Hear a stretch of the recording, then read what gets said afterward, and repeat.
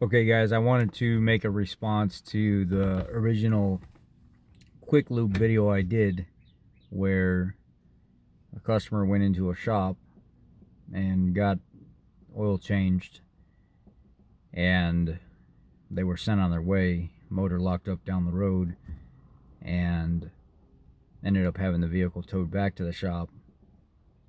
The place put a filter on the vehicle with no oil in the filter and then shot fresh oil in the motor. The motor wouldn't spin over, so there was no way for it to pick up the fresh oil and actually put it through the motor to make it look like something's been in there. So it was very obvious that no fresh oil had been run through that motor. Now, whether some people brought up the fact that, how do you know that the vehicle didn't leave without a filter? Maybe the guy that was in the bay, dropped the oil, put the plug back in, spun the filter off, and never spun a new filter back on. You're right. That makes it even worse. The fact that the old filter wasn't even left on. In that video, I explained how it had a new filter on it. It was a specific brand tailored to a specific company. Had signatures on it, and a store number and everything else on the filter. They spun the new filter on, never lubricated the O-ring on top, never put oil inside the filter, and shot oil in it. And I'm sure they tried to go up, start the car after they put oil in it to see if they could get it to spin over, and they couldn't get it to spin over because number 1 and number 4 journals were completely locked up. They were shot. They were blued and they were purple and everything else. There was so much scoring and stuff. They did pay for a new motor. We presented them with what we found. We had a brand new long block sitting in the shop within a couple days, 2 days. And then we do these jobs so much because of the coolant intrusion recall by Ford that these are nothing to do. I mean, if they leave me alone, I'm done in a couple days with a complete motor overhaul and put back together and then back in the vehicle running, given to the customer. So it was nothing to actually get a long block, rip it down, rip whatever could be ripped down and transfer it over, like pumps and alternator and stuff like that, and get it put back on the vehicle, or back in the vehicle to give it to the customer. So they paid immediately. They didn't try to fight that at all. And then within a couple days, we had the motor back in. Customer was already driving the motor, and they were happy that it got taken care of so fast. The video that I made was a Jiffy Lube video. It came from Jiffy Lube. The customer stated that's where they took it from. It was a Jiffy Lube branded filter that is supplied to them, and it was signed by the person that worked at the Jiffy Lube. And when they realized that the motor wouldn't fire anymore and there was something catastrophic that happened, they sent the vehicle to the dealer for the dealer to fix what happened. Now, they rectified the problem very, very quick. There was a lot of trolls that I ended up getting from private. I heard it was a private Facebook group where somebody was sharing my video, and the people were told to come to my video and attack me, but it was too late. There was already so much positive feedback for me investigating the motor and figuring out what I did by running my finger up in the oil pump and checking to see, is there any difference in color in the oil that's in the bottom of the oil pump versus what's in the pan? Well, there was a gentleman that showed up from this group that said, oh, you're a liar. Fresh oils, even with that low a mileage that they traveled before the motor locked up, it would still look clean. Well, here's the thing. There was no symmetry between what was in the pump versus what was in the oil pan. The oil pan had super clean fluid that was fresh out of a gun, where the residual oil that was still in the bottom of the oil pump had no symmetry and color to what was in the pan. And the motor wouldn't turn over anyway. So all the fresh fluid that was actually pulled out of the pan didn't even have a chance to make it in the pump. There was no possible way for that to happen. So that shot that private group attack down quick, and there was nothing else brought up about that. And then the guy says, oh, look at 4 minutes and 32 seconds, there's oil all over that. There was no oil on the filter. There was no oil on the O-ring. There was no oil inside where you would have the anti-feedback diaphragm.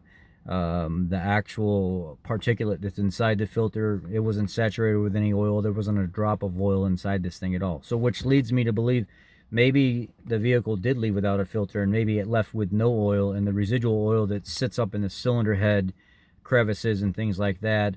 The residual oil that was in the motor was enough to keep things lubricated sporadically through this 40-mile drive, is what I was told. Now, regardless if that happened or not, it's not a concern to me. The concern is getting the customer back in the vehicle, back on the road, happy, because they don't deserve that. We've made mistakes before. I've made mistakes before. I had a lube tech in my stall change oil in a Ford Explorer that I was going to end up doing some brake work on. Nobody told me that Ford Explorer, it was a trade-in vehicle that we had. Nobody told me that there was no oil in that vehicle. I don't think every time that somebody's not going to do their job correctly, but that one specific time taught me a lesson. I got in the vehicle, and well, first I did the brake work. I got in the vehicle, I backed that vehicle out of the stall, and I drove it 40 feet down to the alignment rack, and I parked it there, and I was thinking to myself, why is this oil light on? Normally the oil light comes on startup and then it goes away. So by the time I could even get it on the rack, I already had the vehicle shut down. I said, what the hell is going on here? And I get out and I look inside pull the dipstick, and there's no oil in it. And I was the guy that was here at the time. He's no longer here. He got fired. I said, what the hell are you doing, man? If you're going to change the oil, you finish the job. I don't care if a service writer's calling you, somebody else is calling you. Unless it's a dire emergency, when you're doing an oil change, you don't get distracted. That's a rule of thumb. You finish the job. If you've dropped the oil and put the plug in and you put a new filter and stuff on, the vehicle goes back on the ground and oil goes in it immediately with nobody bothering you. That's that. Luckily, I caught it within 40 feet. Now, was it completely my fault? No. But since that point, I take that as that's my fault. Luckily, there was no damage done, and I was able to get like 5.5 quarts, 6 quarts of 520. It was an NA motor. And I was like, luckily, I was able to stop within 40 feet and realize, well, there's a dummy light on. Let me go ahead and put oil in this thing because obviously somebody screwed up. Now, I don't change oil. I will change oil to help whenever things get hectic, but they don't like us changing oil because we're flat rate techs. If we're changing oil at our rate, they make no profit off of a flat rate tech changing oil. I mean, that's why we have lube techs. That's why they get paid hourly. That's why they try to work up to a journeyman tech, master tech, whatever.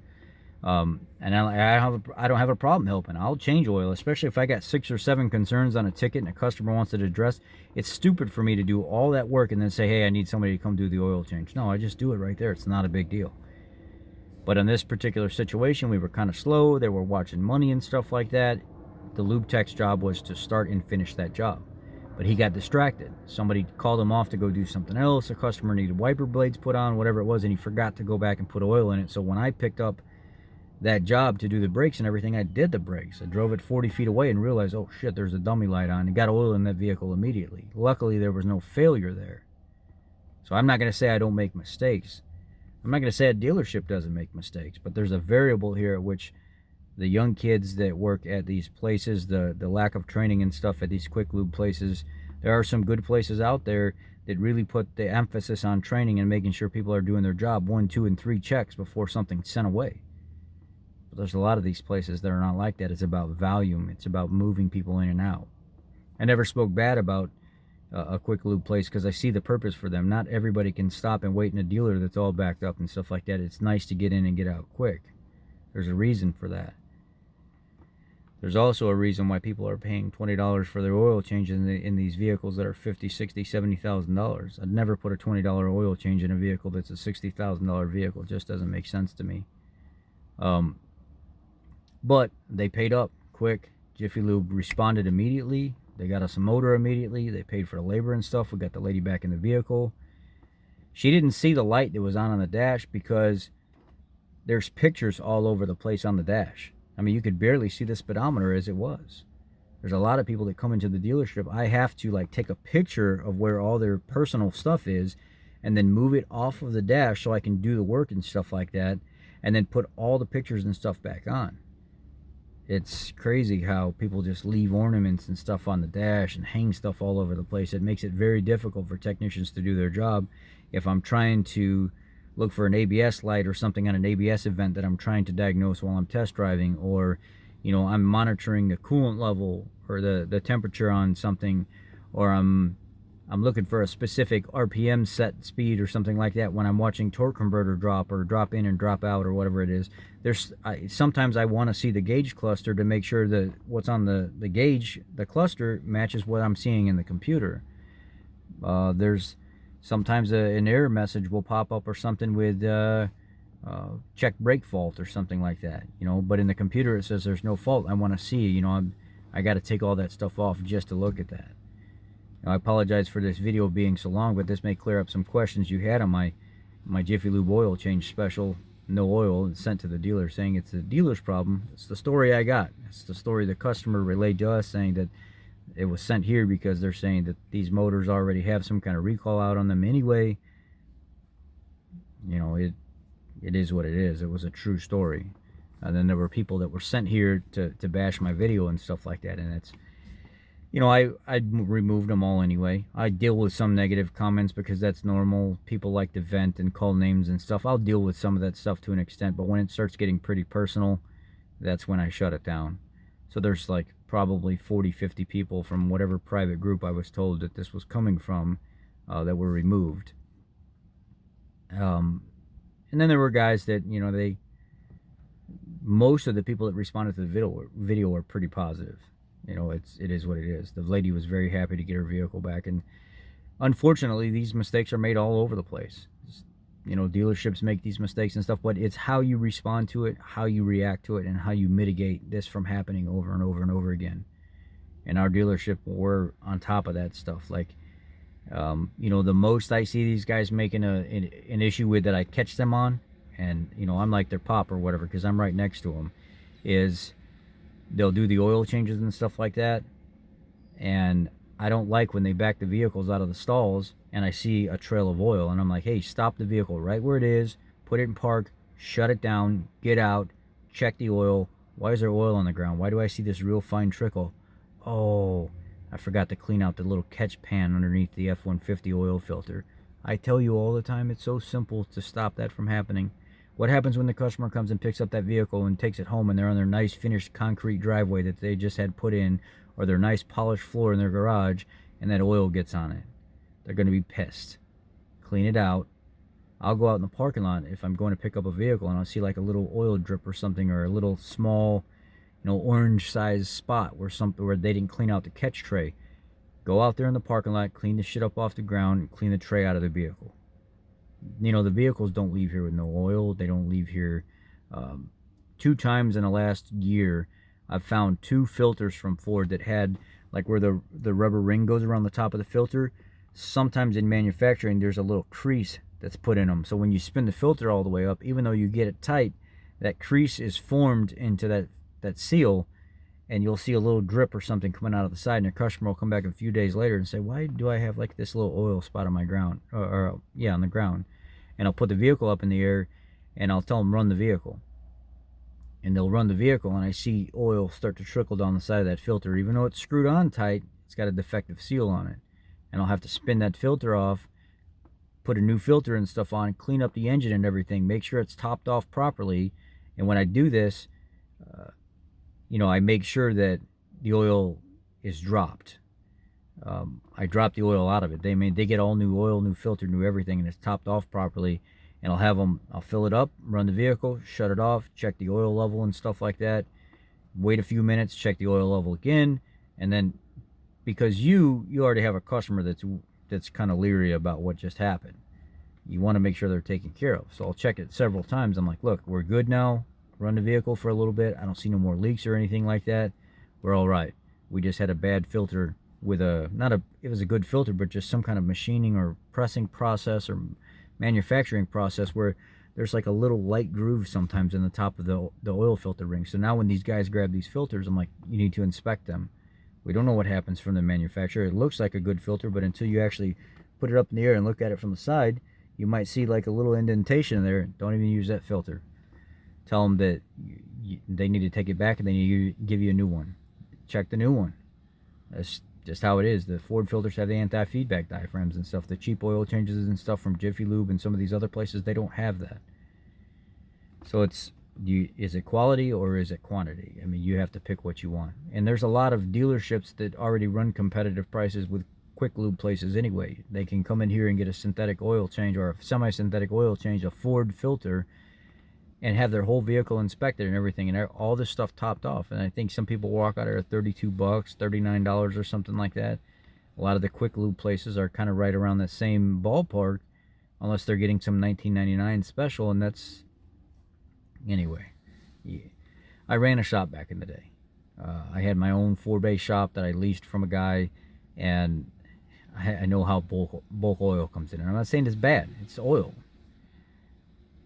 Are you getting what you're paying for in bulk shipment? You know, the Ford stuff, we have somebody specifically that we trust that brings us good oil that we never have problems with. The oil's never an issue. And it's name brand companies that come out and supply that oil, and we pay good money for it.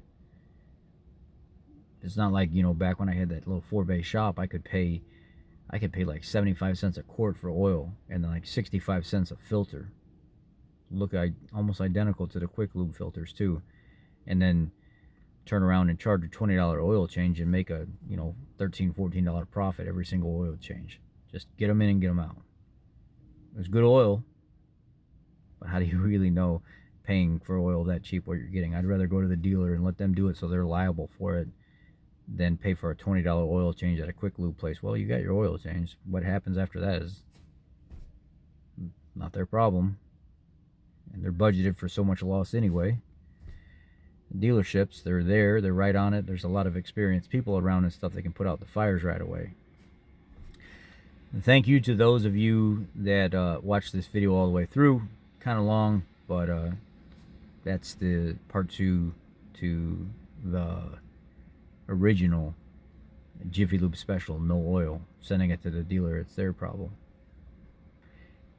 Yeah, but they rectified it. They did good. They really did go. I was surprised on how fast we had to turn around with that. They took care of the problem, and it is what it is. You know, this shit happens. It's life. Unfortunately, it shouldn't happen at that rate that it does, and to the catastrophe that it does.